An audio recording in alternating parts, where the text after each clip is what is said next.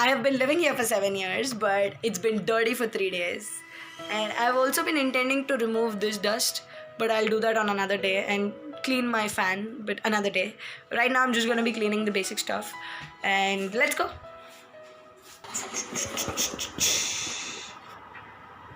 Hello. Okay, let's go. So, the thing I want to talk about boredom is that I've been seeing a lot of people telling me that they have nothing to do and they've been spending so much time doing nothing. I'm like, how? You have relationships to fix, you have people to talk to, you have video calls to make, and friends to catch up with. I don't know how you have so much free time to actually complain about so much free time. Like, you can do so much. You could pick up a hobby that you have been missing out on for a long time. So, I just wanted to give some perspective on this quarantine for everyone sitting at home and complaining about boredom, which is this is a great time for you to work on yourself. Figure out all the things. Come on, every time in your life where you said, I wish I had more time on my hands, I want to do more things, but I'm not doing them. This is that golden opportunity when you can make the most out of all of those.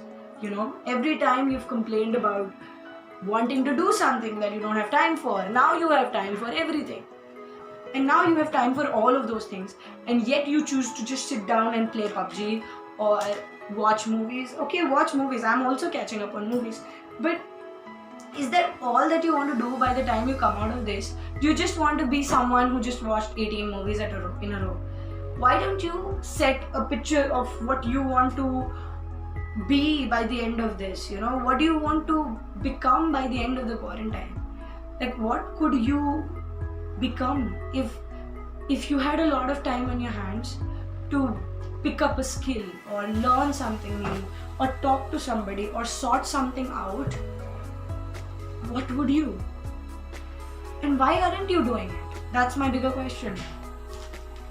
If it's about making music, make it. If it's about doing something you were scared of doing for a really long time, use this as a chance to do that. I do get it, actually. To be really honest, I do get it. I understand that you might not want to come out of your comfort zone, but I'm also curious, how long are you gonna be able to live like that? Because this quarantine might last for 2 more months. I personally am expecting it to go until June, and I have patience at least right now up to June. But if later on it still gets extended, I might resume my patience. I might press the replay button and pick up all my patience from scratch all over again. I should be able to adapt myself to the external situation or the changes that are happening, which are not in my control, instead of expecting the changes and the external situation to be according to me. So I just prepare myself according to whatever options I have, instead of expecting the society or the world or other people or the conditions to change according to me. So I would prepare myself for no matter how much time it is. That's gonna be there no matter what. I'm not gonna depend on unforeseen circumstances to change my life, So if it's June, I'm up for it. If it's more than June, I'm gonna make myself ready for it when it comes. But I'm just how long are you gonna be sitting at home and doing nothing? If you're helping out with your family, I'm really proud of you. If you're keeping your own spaces clean and laundries done and dishes cleaned, or cooking for yourself, I am really proud of you. I'm just gonna say that out there. But then what? That's a responsibility. It's great that you're working and taking up that responsibility. But is that all? If universe or life or the world gave you a chance to do whatever you want inside your house but for 3 months, is that all you would want to do? Is there anything that you wanted to read about, learn about for many years but you didn't get a chance? Can you start Googling that? Can you start taking online courses and actually do those things? I'm not here to just give a lecture. I'm here to kind of try to inspire you to face those fears and to take those small steps. It's Okay, so like, I just want to help you push yourself out of your comfort zone, because right now your comfort zone isn't even a physical thing. You're not even physically getting out of your house. Why don't you use this time to write poetry, do art, sing or dance or play, or set some goals for yourself, exercise? Why don't you just use this time to shape yourself? Like, who do you really want to be? Who are you really? What really matters to you? What's important to you? What do you need the most? You can try to introspect, can really heavily introspect right now. You can start to think about your priorities. Research about things that you wanted to know. Learn about people that matter to you. Learn about things that matter to you. Read on stuff that makes a difference in your life. Sign up, apply, introspect, practice, organize, reorganize. Clean up your room, or open those cupboards and clean them up. Sort the shit out. Don't start your day with TikTok or Instagram or YouTube or Facebook or Snapchat or whatever it is, or news. Start your day with yourself. First 1 hour of the day, don't use your phone. Do whatever you want, but don't use screens. Read. Read the pile of books that you have at home. Start reading one of them. Do whatever you need, but put down that damn phone in the first 1 hour of the day, especially. If you can continue doing that, stay away from it as much as possible. If you're using it, you use it. Don't let it use you. You are using the phone is not using you. I want you to remember all these things and pick one and start. I'm gonna give you 3 prompts which I have given in my Instagram stories to my followers, and they're gonna come up on the screen. Please make a note of it. Get your diary, journal. I will wait. Pause this video. Get your journal or diary or planner or whatever you have, or some random notebook. Ideally a notebook, not a sheet, but get them. I'll wait. Pause it.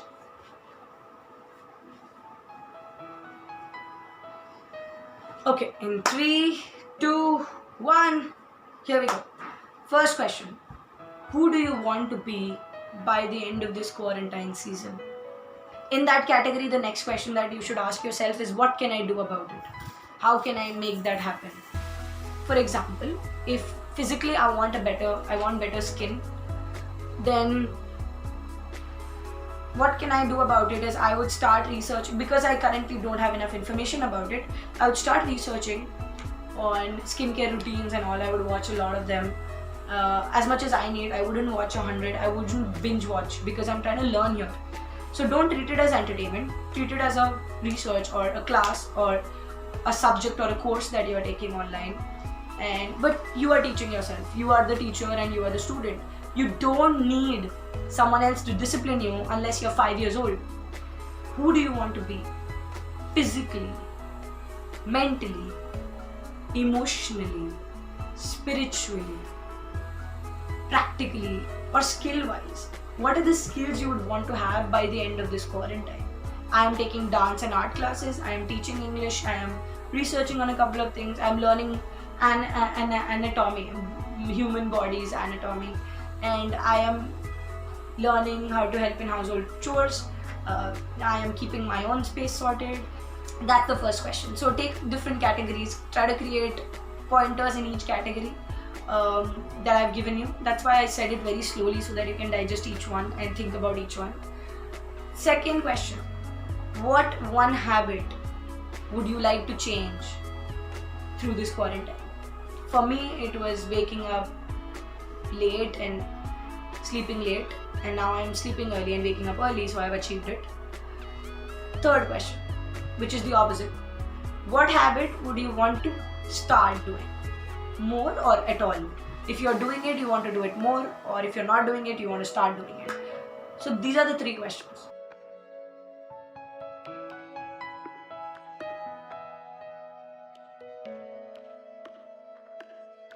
Think about just one habit at a time. Only try to fix one problem at a time. Don't try to solve all your life's problems. Maybe write down all the habits, maybe write down 10 habits, 15 habits, but pick one. At the end of it, just pick one. By the end of this entire activity, you should have come with just one habit that you want to start doing more, and just one habit that you want to stop doing. So even if you make a list of 300 things, I don't care. All I care about is in action, pick just one or two, or maximum worst case scenario 3. Why? Because if you pick up too many, end up doing none of them, no point, right? So the idea is to be able to execute, and if you're doing too many things, if you're planning if you're planning too many things, or you're hoping to execute on too many things, you will end up doing almost none of them, or you might do it for a few days and then drop it off. I want you to put your 100% only on one activity. When you become really good at that one activity, use that as a foundation for the next and the next and the next. So that's why I want you to take only one habit right now, one habit you want to change, one habit you want to pick up. And it's usually the same thing. If I want to stop sleeping late, that means I want to start sleeping early. It's actually one habit, but if you really believe in yourself, you can take 2, but 3 is only if you're really sure. Are you really sure you're going to do it for the next 30 days? If you are, please go ahead and take 3 of them. But if you don't, then remember to next time just take 1. If you are able to successfully do all 3, then continue taking 3. Don't go more than 3. 3 habits at a time is a lot, okay? Don't underestimate, overestimate yourself. Give between 1 to 3. 3 only if you're really confident. I'm repeating myself because I don't want you to forget this. 1, ideally. 3 is if you're great at it. 2 is if you can kind of balance it. But then only for that many days, completely focus on doing it no matter what. Don't spend energy feeling bad about not doing it. If you missed one day, it's okay. Do it the next day. Don't miss more than one day. If you're missing 2 to 3 days, then it's gone. Take this inspiration from other people, but ultimately execute on that. So it's better if you're able to execute a little bit as opposed to not at all. None at all. So hope this video helps. Lot of wisdom, lot of points. You can watch the last few bits again and again. These pointers should help, but if you execute on them. Just listening to them is part of the process, but not the whole process. If you want the entire benefit of it, make it happen. Actually execute. Okay? Okay. Namaste. Thank you for watching. This is Pratishtha Patni signing off. Toodles.